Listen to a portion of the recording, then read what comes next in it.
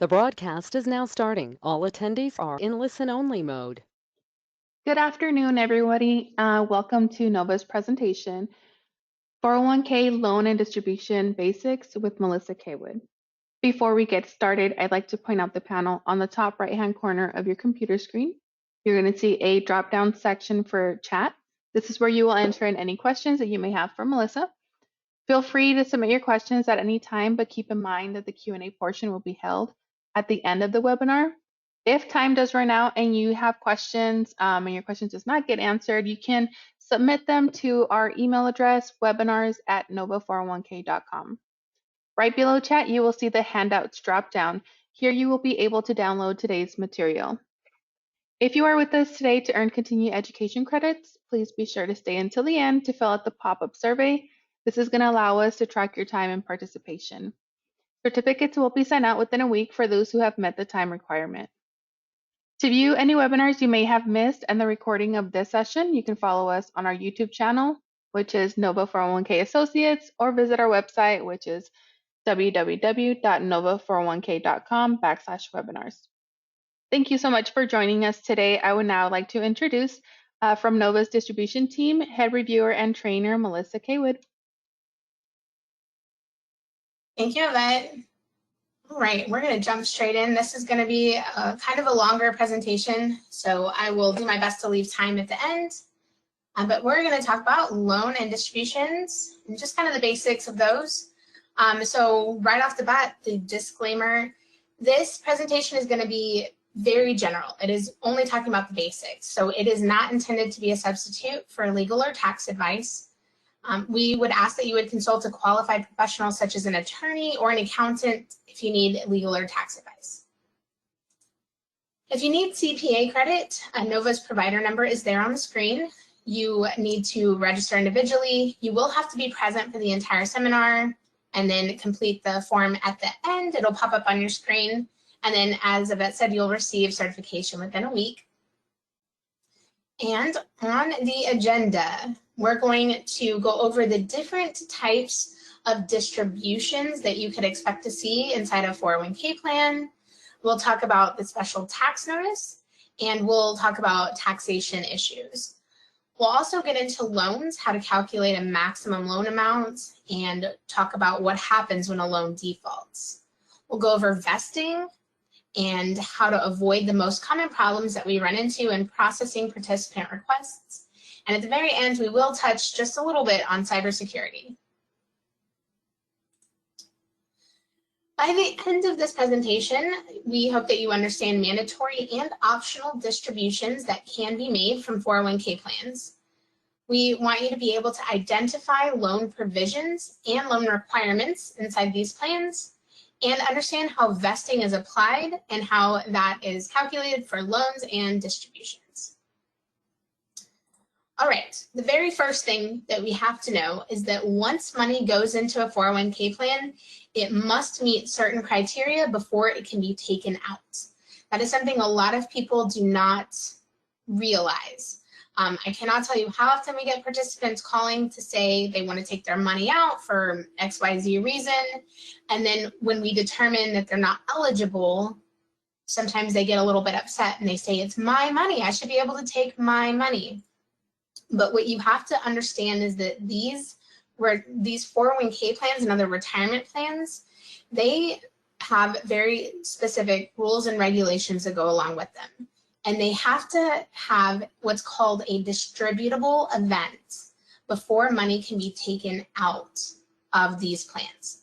So some common events that would allow a distribution to take place are listed there on the screen. Things like terminating employment, reaching age 59 and a half to be able to take an in-service distribution, experiencing a hardship, if the participant passes away or becomes disabled. And then there are special provisions for rollover money where they can take distributions. But we're going to get into these different types of distributions and talk about each one individually. The most common situation when money is leaving a 401k plan is going to be a result of a participant terminating their employment or retiring from the plan sponsor's office. These are going to be voluntary distributions that are requested by that terminated participant. What you have to know is that the funds cannot be removed from the plan until after the actual termination date. Sometimes, especially when people are retiring, they will be proactive and send in their distribution forms ahead of time, just trying to, stay on top of everything.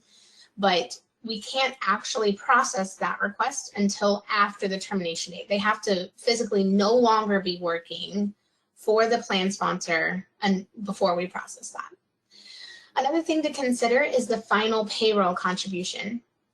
If the participant has been contributing to the plan up until their termination date, then just like they're going to receive a final paycheck after they terminate employment, they're also going to receive a final contribution that will be sent to the plan after that termination date. If we process their termination distribution before that contribution posts to the account, then we potentially have a situation where the participant is going to have to make a second distribution request to get those final assets out. Sometimes that results in additional fees for the participant. So it's often more beneficial for them to wait until after all of their contributions have been submitted and actually posted to their account before they request this termination distribution. Those fees are kind of based on a record keeper by record keeper basis. Some record keepers don't have fees for that, some of them do. So it's not a guarantee that there's going to be fees, but we do want you to be aware that it is something they could potentially experience. In the situation where you have participants who have terminated employment and never end up requesting their distribution, there is an option for the plan sponsors to get these accounts closed out. They're called involuntary force-out distributions. And the purpose of these are to kind of keep the plan clean and to remove those small terminated account balances. It helps to limit the number of participant accounts where you've lost touch with those participants. People terminate, they move on to different jobs, they physically move houses several times, they forget to update their address with prior plan sponsors, and then eventually they forget that they even had that 401k account. And so, it can be an issue trying to track down lost participants and things like that. So by staying on top of these terminated participants and closing out the accounts as we can, it helps to just keep everything clean. Also, once these accounts are closed out, they will not be included in your 5,500 counts anymore. Once you go over a threshold in that 5,500 count, it puts you at, needing plan audits and things like that. So keeping that count low will help you out there. You also don't want to have a lot of terminated small balances driving down your average account balance in the plan. That can affect your pricing with your record keeper and things like that. So there's many reasons why we want to stay on top of these and close them out when we can. This is not something that has to be allowed in your plan document, but many plan documents do have this force out provision written in. These situations are going to be employer initiated. So if a participant fails to make a distribution election after they've terminated, the employer can initiate distributions on the participant's behalf. There's two different thresholds, and it's just going to depend on how your plan document is written. The first one is the $1,000 limit, and then we have a $5,000 limit. So in that account balance determination, unrelated rollover balances could be included or excluded in determining the account balance threshold. It just kind of depends on how your plan document is written. It can be written either way. Most plan documents that I've seen, they have the $5,000 threshold and they exclude unrelated rollover balances from that $5,000 limit. That way they can force out as many account balances as possible. So for the $1,000 threshold, typically these are going to be cash distributions that are sent directly to the participants. Any cash distribution like this is going to be taxable, and the 10% early withdrawal penalty is going to apply if they're under the age 59 and a half. So what will happen is the employer will submit the distribution request. The participant is mailed a check that will be equal to 80% of their account balance on the date that the withdrawal is processed. The remaining 20% is going to be sent to the IRS for federal withholding.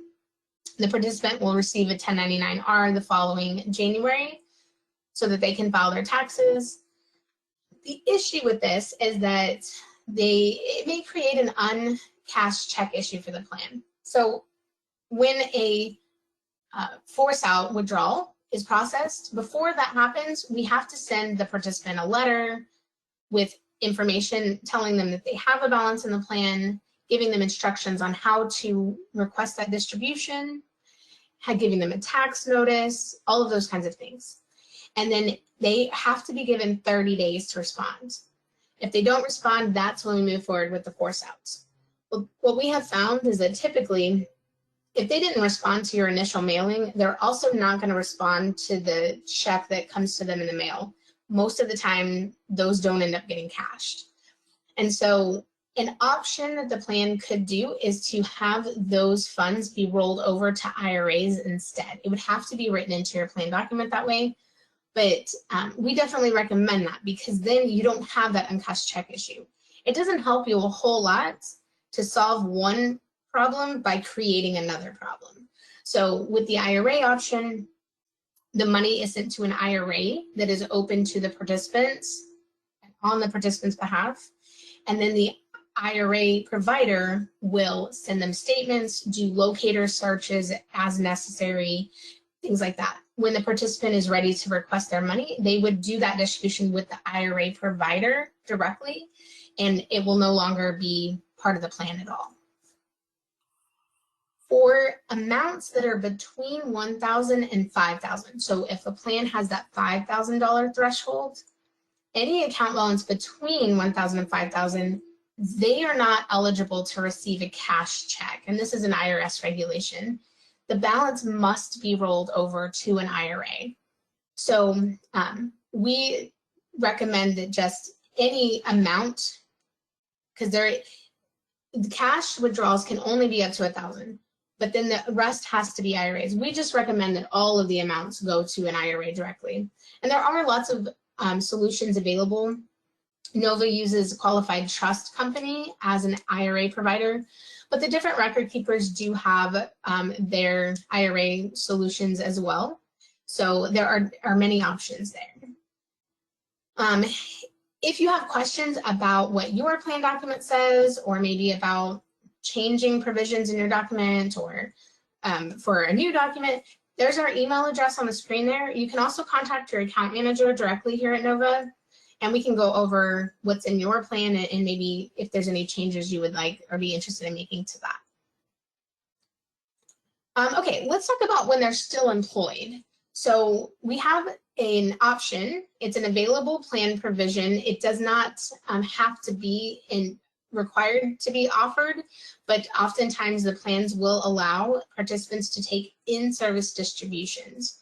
Those are sometimes called age 59 and a half distributions because you have to be 59 and a half in order to take your employee deferrals and things like that. So this option, if allowed in the plan, allows the participants to take a distribution while they're still employed. And it's very helpful to participants, especially who are getting older, maybe considering retirement. It can help them, sort of consolidate their retirement assets and kind of get organized while they're getting ready to retire. It also allows them to access their funds if they're experiencing anything, but they would have to wait until they meet that age requirement. The plan could put restrictions on different money types. For example, if you wanted to only let the participants take their employee money and you wanted to make sure the employer money stayed in the plan until they terminate employment, you can absolutely have those kinds of restrictions in there. You don't have to put restrictions on the source types, but some plan documents do. That early penalty, that 10% penalty tax would not apply because the participants in this case would all be 59 and a half or older. That penalty tax is only for people taking cash who are younger than 59 and a half. These withdrawals would be subject to federal income tax if they're taking cash. But if they're rolling over to an IRA or something like that, then of course there would be no tax withholding on them. Another type of distribution that people often take when they're still employed is a hardship distribution. Again, this is an optional plan provision. It does not have to be allowed in plans, but many plans do allow them. It allows the participant to access their 401k accounts in the event of a sudden, unexpected, or unusual situation or an emergency. Same thing as the in-service, they can put restrictions on the different source types. You can say employee sources only. You can allow all sources. It just depends on how your plan document is written.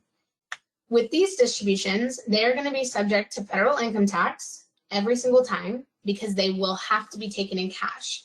You cannot roll over a hardship request. The purpose of a hardship is to help the participant pay for an emergency situation that came up, so they wouldn't be rolling that money to an IRA. So they're always going to have federal income tax. And then the participant will also be subject to the 10% penalty tax on that distributed amount if they're under the age of 59 and a half. Documentation may be required for these. Things like invoices, receipts, estimates for repair, different things like that. Just kind of documenting the fact that they are experiencing a hardship. And then there are certifications that have to be signed as well. So to define what is an emergency, what is, an event that qualifies, you would look to your plan document to see how it's defined. There are two ways that a plan document can define it.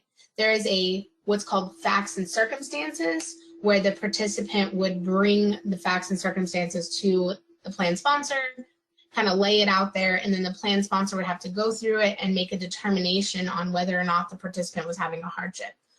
Most plan sponsors are not very excited about that because it puts, a much larger administrative burden on them.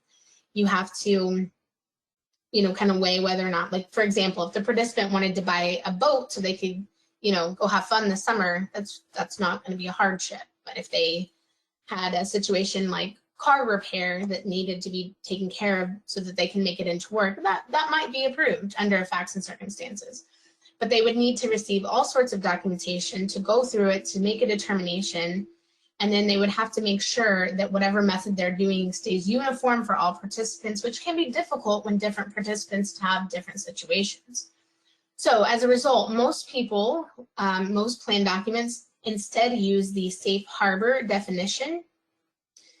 What that does is say they allow the IRS to define what a hardship is. And under that definition, there are 7 different reasons that are here on the screen as to what would be approved for a hardship.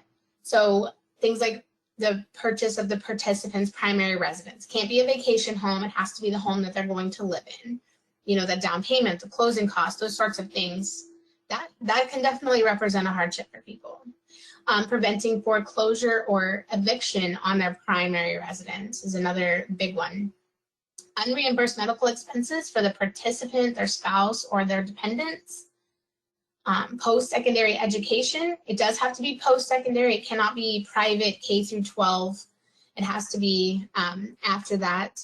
College tuition, room and board fees, things like that would all apply. It could be for the participant, their spouse, or their dependents. Casualty losses, that is repair to the participant's principal residence due to an event that was sudden, unexpected, or unusual, like a fire or a tree limb fell on top of their roof, things like that. Burial expenses are on there. That can be for the participant's spouse, their dependents, their parents. And then the last one is the newest reason. It's hardships that have been incurred as a result of a federally declared disaster. Participants who live or work in a county that qualifies for individual assistance from FEMA as a result of this disaster would qualify for this hardship reason. And that's a much more broad thing. It doesn't have to be just damage to their home. It could be damage to their car. It could be if the participant has lost wages because they weren't able to work because of this disaster. It's a very, very broad thing. Lots of different things, expenses that the participant might experience because of it. If they had to evacuate because of a hurricane coming up and paying for that hotel, that can qualify as a hardship. So it's a much more broad, it's the broadest one that's there. But these are the 7 hardship safe harbor reasons that most of our plans are going to use. There have been recent changes to the hardships that I want to cover, and I know these on this screen are from 2019, and that's not that recent anymore, I understand, but I do still get people asking me questions about these, so I did want to leave this slide in here. Before 2019, participants had to take a loan before they could take a hardship. And that caused a lot of burden for the participants because they're already experiencing a situation that they're struggling to pay for. And then it made them sign up to take a loan, which then made them sign up to take loan repayments out of their paycheck. And it caused even bigger burdens for them. So that thankfully has been taken out of the requirements. Prior to 2019, you could not take any investment earnings on your deferrals, and now you can. Before you could, when you took a hardship, you were required to stop contributing to the 401k plan for 6 months. The idea being that people needed, obviously they needed to save and build their savings up so that hopefully they wouldn't have to take hardships in the future.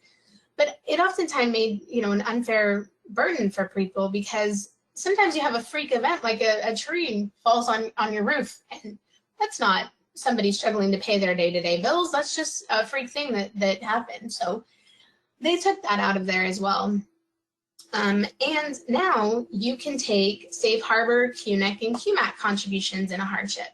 This is only going to be if your plan document allows it. Some plan documents, like I said, only want to let employee sources be taken, which is fine. But if you want to in your plan document, you can have all sources, including these 3, which prior to 2019 you could not. More recent changes, these really are more recent.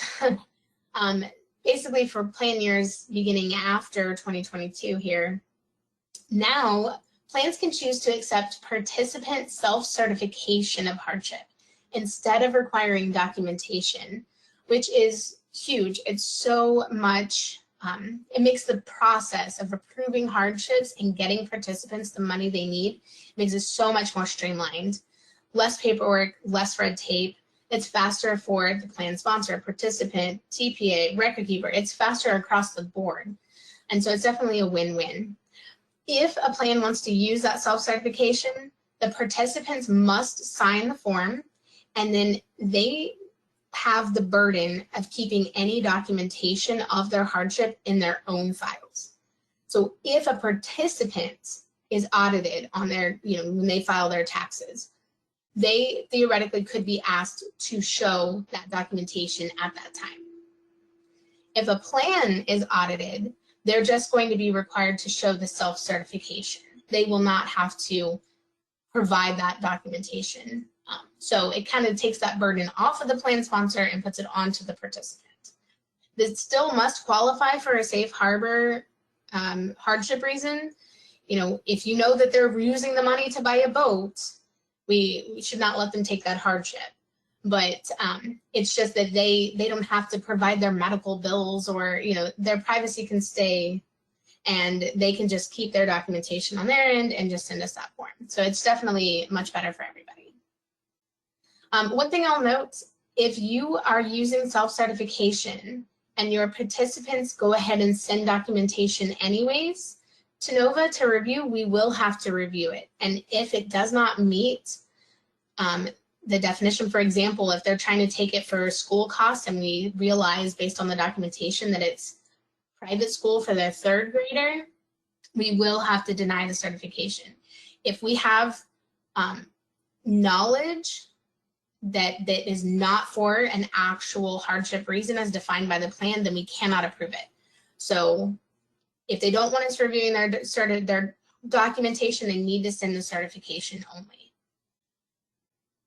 Okay, let's talk about rollover source. These are special because rollover money can be taken at any time and for any reason. There's no age, service, or situational things that the participant has to reach in order to take rollover money in their account. So the participant, let's say they came from a different plan sponsor and they moved the money from that plan into the current plan sponsor's 401k plan. That's considered unrelated rollover, and that money, the IRS allows it to be distributed whenever. The plan document still has to allow it, but most of them do. So you want to allow participants to bring rollovers into your plan. It helps get your average account balance up. It helps encourage participation across the board. And then it gives the participants that peace of mind to know that they'll still have access to the rollover money, even if they can't access the other money in the plan. So it encourages them to want to roll money into your plan. If they take that source out and they take it in cash, it will be subject to federal income tax and that 10% penalty tax if they're under the age 59 and a half. So just, they have to know that, but it is something that's really nice and easy, very simple and easy to process these distributions. All right, if a participant passes away, then we are gonna have to distribute the funds in the account to the beneficiary for the participant. We hope that the beneficiary election forms have been completed by the participants. Oftentimes that does not happen, unfortunately, but we will always, ask for that first before we process anything. These are documents that should be maintained by the plan sponsor. And I know some record keepers do help with this, but if NOVA receives a death request, we are gonna, first things first, reach out for that beneficiary election form. On those forms, if a participant has named anybody other than their spouse, then the spouse must have signed off on that election, and that should be notarized. If they don't sign off on it, then it's not going to be acceptable and the spouse would remain the beneficiary. If the participant did not fill out a designation before they passed away, we're going to look at your plan document and that will tell us the order of distribution. The first level is always, no matter what state, no matter who, no matter where, it's going to be the spouse. If the participant was not married, then their children would receive the amount in equal shares. If the participant did not have children, then from that point, I've seen a few different things in different plan documents. Typically, it's the parents of the participant that would get the money left, any surviving parents in equal amounts. But I have seen some plan documents where it said siblings, so it just kind of depends on what your plan says. The final level is always going to be the estate. So if none of these people are living, it's going to go to the estate. If there's multiple beneficiaries, each beneficiary needs to fill out their own form. And then we will also need the death certificate for the participant in order to process. I don't need multiple death certificates if there's multiple beneficiaries, but I will need a form for each one and then one death certificate.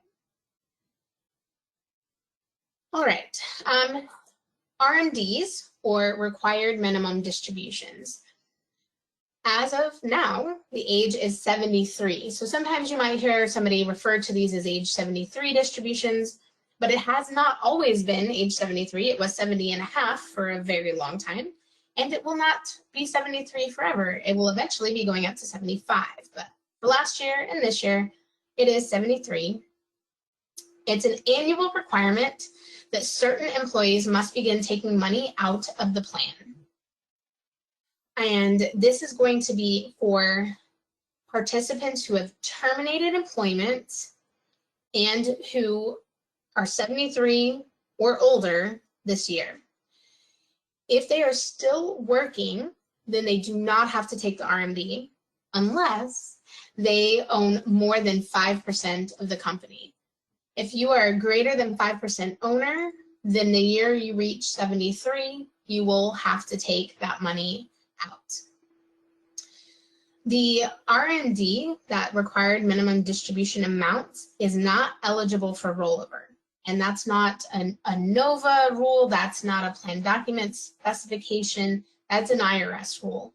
It's not eligible for rollover. So if somebody is needing an RMD and they're wanting to roll their account over to an IRA, let's just say, the RMD must be taken out first and dealt with first before we could process the remaining rollover amounts. A lot of times people don't realize that. They think, well, I'll just roll it over now and then I'll take it from the IRA later in the year. It cannot, because it's not eligible for rollover, even though technically the RMD is not due until the end of the year, if they're trying to roll their balance over, we would have to deal with that RMD first. Just something to keep in mind. So yeah, non-owner employees who are still working may delay the RMD until they do terminate. So it doesn't matter. You could be 83. If you're still working, you are not terminated, you are not retired, and you do not have to take this as long as you're not an owner. Another thing to consider is that once you start RMDs, you cannot stop. Think of them like Pringles. Once you start them, you can't stop. So let's say you're employed and you are an owner. You reach 73, you take your RMD. The following year, you're not an owner anymore. But because you started the RMDs, you're going to have to continue them. So there's not really a way out once it starts.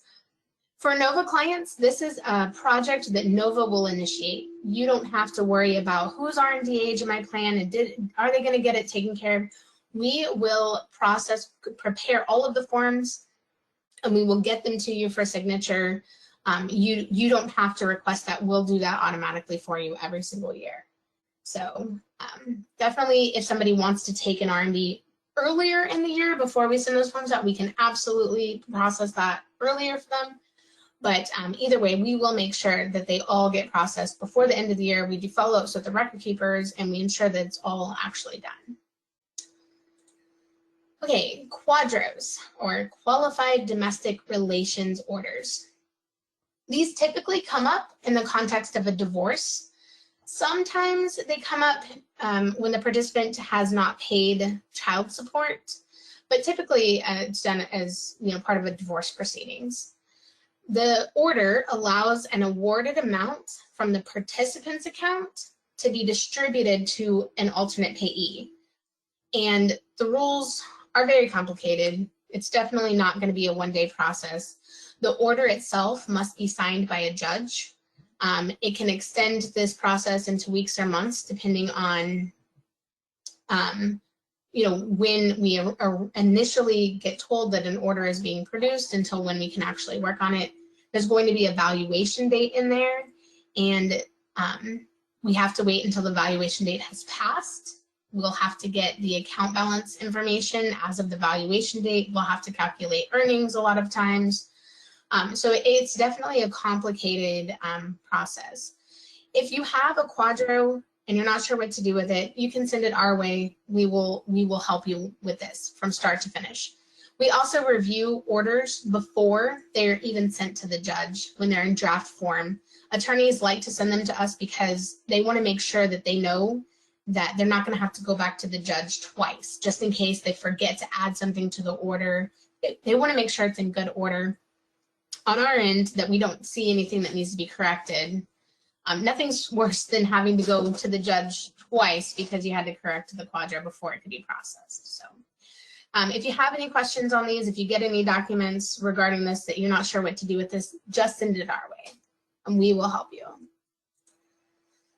Okay, spousal consent. This is not really a requirement for 401k plans. You could have it written into your document if you wanted to, but most plans do not require that.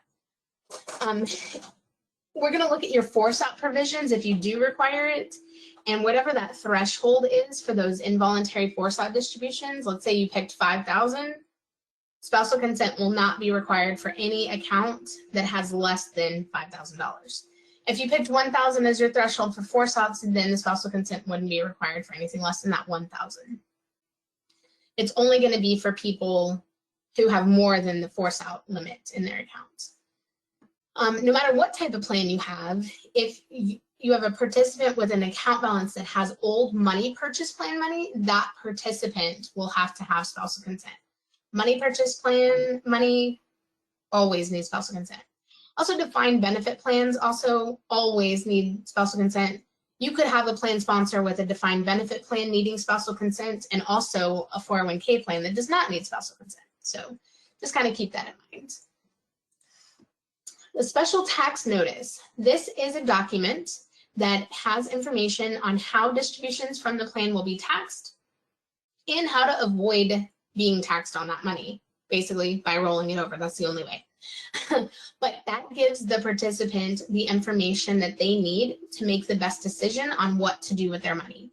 They need to know that if they take it in cash, they're going to be charged taxes. They're going to have withholding, and they could potentially be subject to that penalty tax.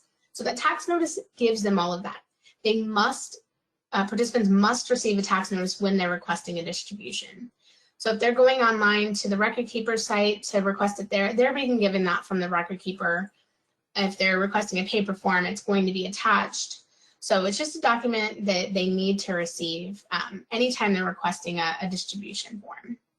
This won't apply to loans because loans are not taxed, but only distributions. So just so that you know how they are taxed, there's always going to be 20% federal withholding. Anytime there's a cash distribution, 20% is automatically withheld. The participant may be subject to the 10% early penalty withdrawal. That's going to be for people under the age of 59 and a half who do not qualify for any exceptions. That is not withheld from their distribution though. That's just going to be something that is assessed when they file their own taxes for the year. Distributions from the plan become taxable income. If a participant has Roth money in the account, that's money that's already been taxed. So that amount, part of the distribution, that's going to be on their 1099-R forms that they get from the record keepers. But anything that's not Roth is going to have that withholding. For rollover distributions, that's how you defer taxation.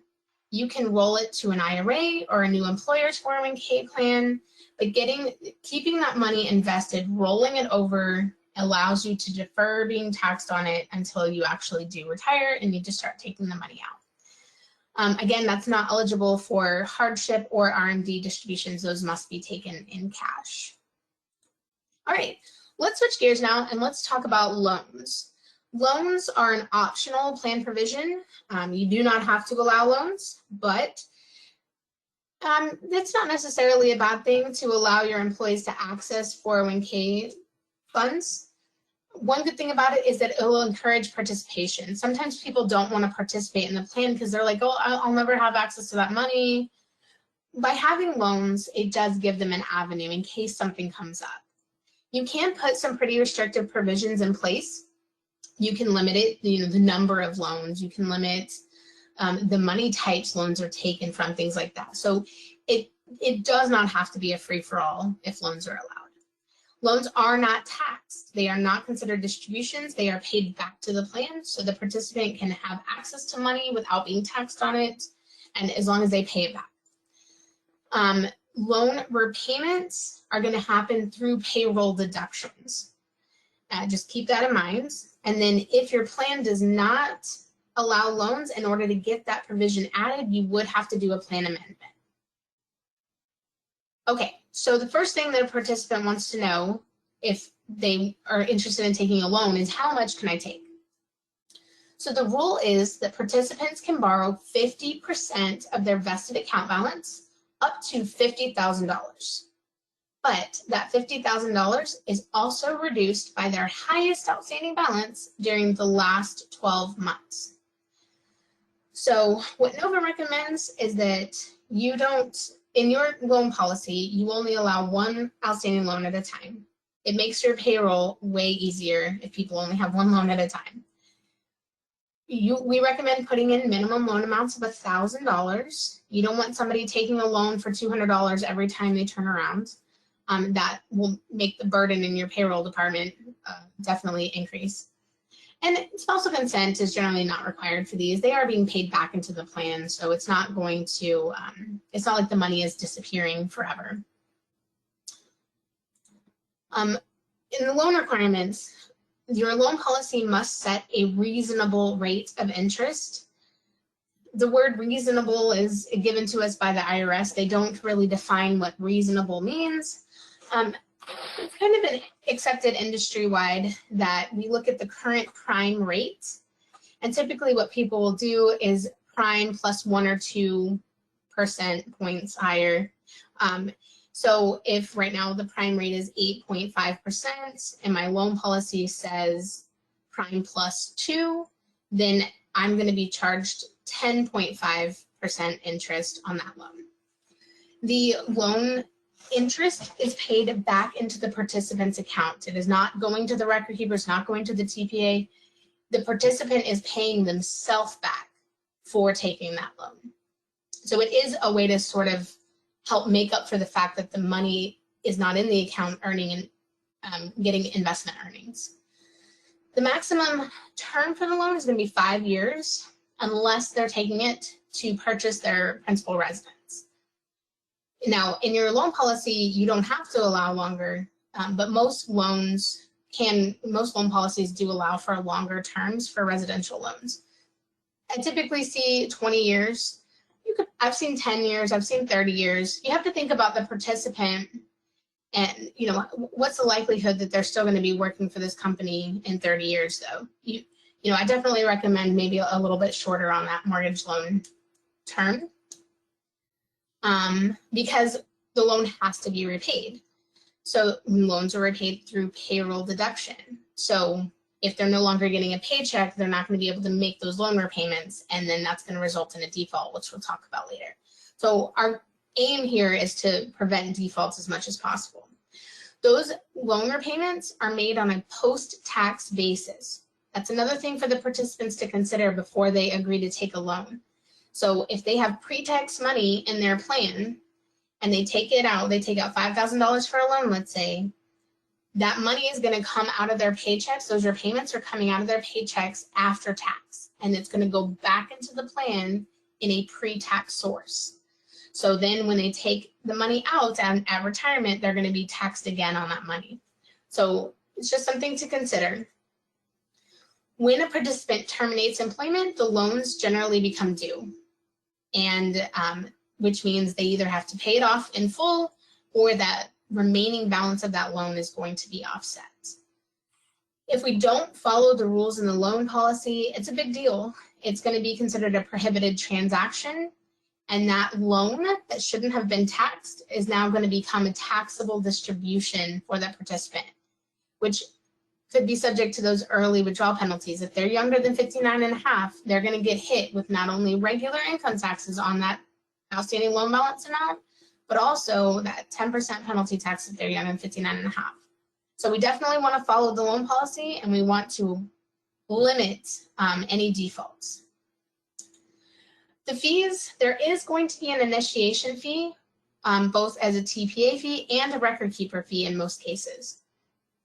There's also going to be an annual, sometimes it's a monthly maintenance fee charged by the record keeper. Nova does not charge any maintenance fees for loans, but the record keepers often do. Every record keeper is very different. Some are annual, some are monthly, some are quarterly. Some do charge initiation fees, some don't. Typically, if they charge an initiation fee, their maintenance fees are smaller. If they don't charge an initiation fee, the maintenance fees are larger. It just kind of depends. So the participants are given the information on the fees when they take these. And the participants are the ones that would bear the cost of these. These are optional provisions. So if they want to take the loan, the fees are going to come out of their account. So it's not going to be charged to the plan sponsor.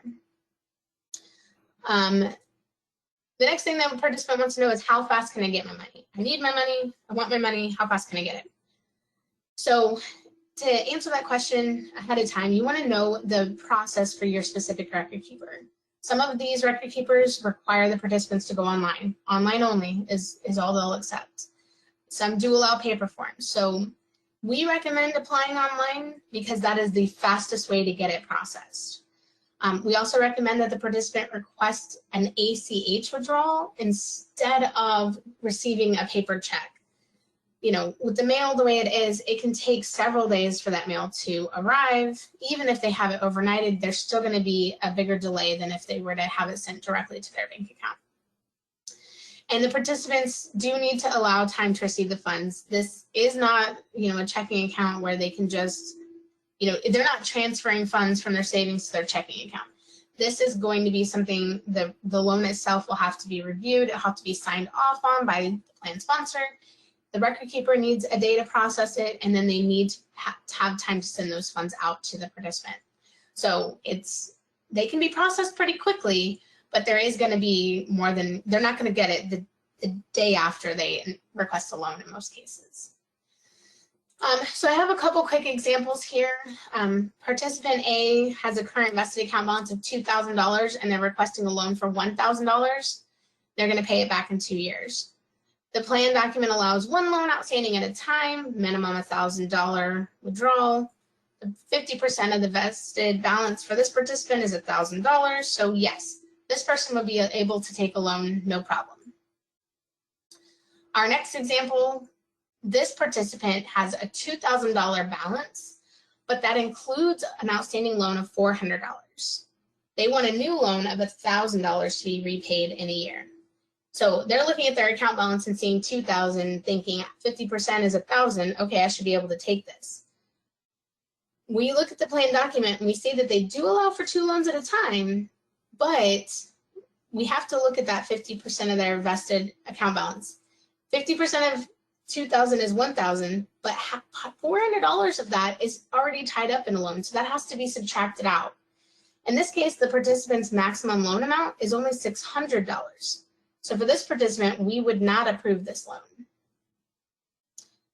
My final example, participant C, they have a large account balance. They've got $100,000. And so they borrowed $30,000 in February, but fully repaid it in April. And then they want to turn around and take another loan in May. So we have to take 50% of their vested account balance, which is going to be $50,000. And then the second part of that rule states that the highest outstanding loan balance within the last year has to be subtracted out. So in that case, that's $30,000. That's going to limit the maximum loan for this participant down to $20,000.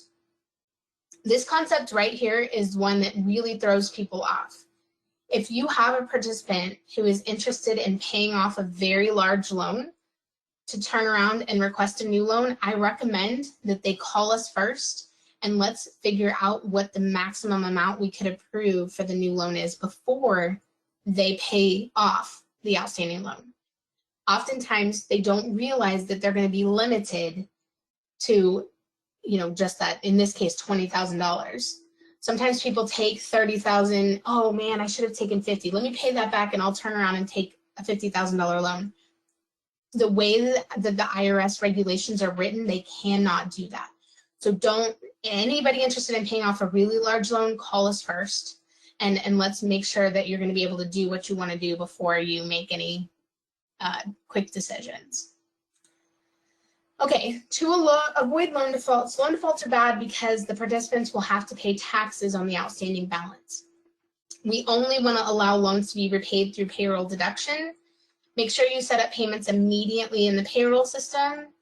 You want to look at your start date, enter a goal amount, and then make sure that once that goal amount is reached, you turn off those repayments. If somebody goes on a leave of absence, let your record keeper know, let NOVA know, let your TPA and your record keeper know. We can freeze that loan so that it doesn't default while they're out. And then when they come back, let us know and we can re-amortize the loan. If we don't do payroll correctly, if we don't freeze loans when necessary, there can be very costly mistakes to the participants because of those tax burdens. Okay. So if we do have an issue, it's not the end of the world at first as long as we get in there and get it corrected as fast as possible. So in order to avoid the default, the participant can make a balloon payment that would like all the missed payments, adjust it for interest, and then they make one payment, and then they can just follow the schedule from then on, or we can re-amortize the loan. So if you have somebody that gets behind, let us know. We can get that corrected for you. You have until the last day of the calendar quarter following the calendar quarter in which the first payment was missed to make the correction. So if somebody misses some payments in February, they're going to have until the end of June to get it corrected. If that makes sense. When they go on a leave of absence, they do have more time than that. We just got to make sure the loan is frozen. Okay, vesting, I am starting to run out of time, so I'm going to kind of skip through the examples. But basically, I do want to touch on what vesting is. Vesting is an employee's ownership right to the benefits in the plan. It accrues over time based on a schedule that is defined in the legal plan document. You're going to find it in your adoption agreement. Employee money is always 100% vested because it's money that came from the employee's paycheck or from their rollover funds. It's the employer money, things like employer match, profit sharing, that's what's generally going to be subject to vesting. And your plan will have a schedule, and it's how the participant earns that money based on years of service. Safe harbor money, QNIC, QMAC, rollover contributions are always fully vested. So there's two different ways to calculate vesting. You can have an hours method, or you can have elapsed time. This one is about hours. Basically, you look at how many hours a participant worked during the plan year. And when they hit 1,000 hours, they're given credit for 1 year of vesting. Vesting is going to be calculated from the original date of hire. It's not done from their eligibility date. So we're going to look at when they were hired. In that first year of the plan year, did they work 1,000 hours? If yes, they get credit for 1 year. If you have a situation where you cannot track actual hours, your participants are salaried or there's something else, some other reason, then the IRS does allow what's called equivalency method, where you're giving, and it's defined in your documents, you'll give a specific number of hours for every month that the participant worked. It could be defined in your plan document differently than month. You could define it as week or whatever, but your plan document will have the specific definitions in there. For elapsed time, this one is much more, it's just anniversary dates. It's very literal. Did you work a literal year for that employer? Has nothing to do with how many hours they worked. It is on your anniversary date, you get credit for 1 year of service. So we don't look at hours worked at all. And this one is probably my favorite, but it's probably not used as often as the hours method is used. Okay, in the interest of time, I'm going to skip through these examples, but you do have the handout that you can download there on the screen. So definitely go through it and see if that makes sense. If it doesn't, feel free to reach out and we can go over it or give you even more examples than this. Okay, very quickly, and I'm so sorry I'm running out of time, but I did want to talk about the most common problems, the reasons that we have to put work on hold. Our goal is to process things as fast as possible for the participants. But with distributions, we frequently find that we're missing signatures or that the termination dates are not included. If you have termination dates for your participants, get them to your record keeper. Have those updated. We will always check the record keeper, see if they have the information first before we put it on hold and ask the plan sponsors. With loans, we're frequently missing the payroll frequency. We need that in order to set up the amortization schedule for the loan. The participants often forget to fill it out to say how long they want the loan to be taken for. Do they want it for 1 year? Do they want it for 5 years? We won't assume we're going to have to put that on hold and reach out for that. And then their next payroll date. If you're paid biweekly, and I know that that's great, but I don't know which week you're paid on. So I would still need to have that piece of information in order to set up the schedule. And with hardships, we almost never receive any kind of documentation. So if your plan allows self-certification, we can get that, that's great. If they don't, we do have to receive documentation to keep it on file. So that's the biggest reason why we have to put things on hold. Really fast, just touching on cybersecurity. The items listed on the screen here are things that are typically going to have what's called PII on them. It's going to be information that will identify a person.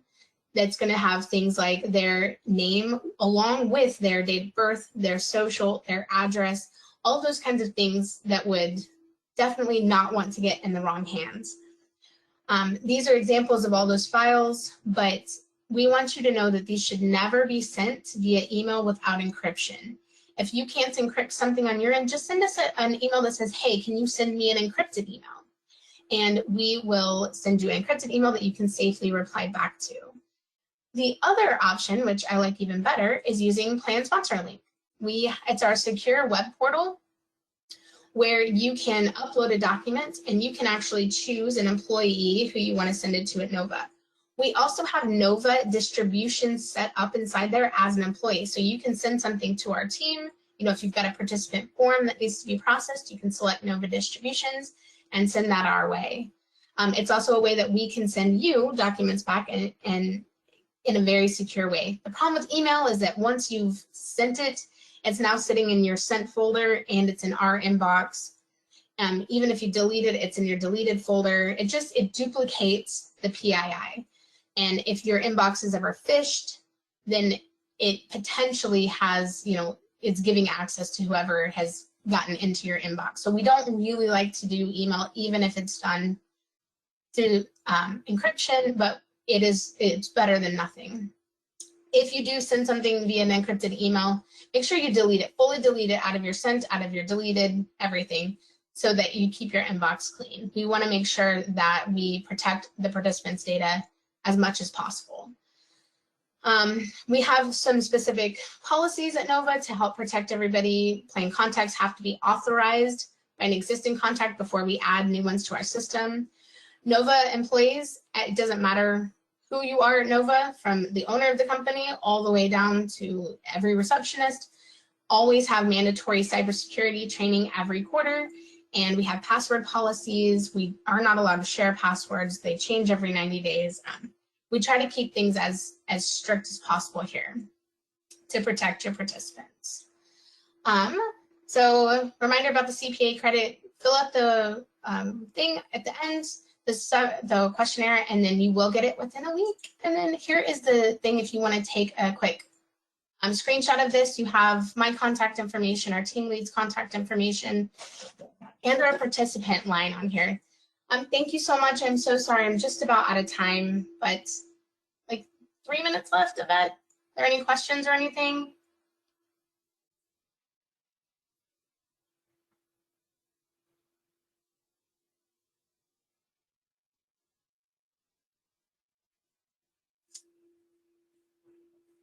Well, let's see if I can see anything in the chat. I'm not seeing anything in the chat, but I don't know if I have the same kind of access that Yvette does. I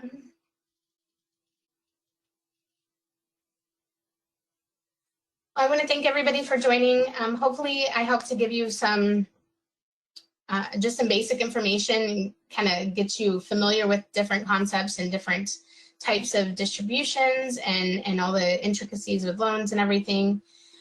If you have any questions that we don't have time to answer here, please feel free. My email is there, phone number. I'm definitely happy to answer anything for you.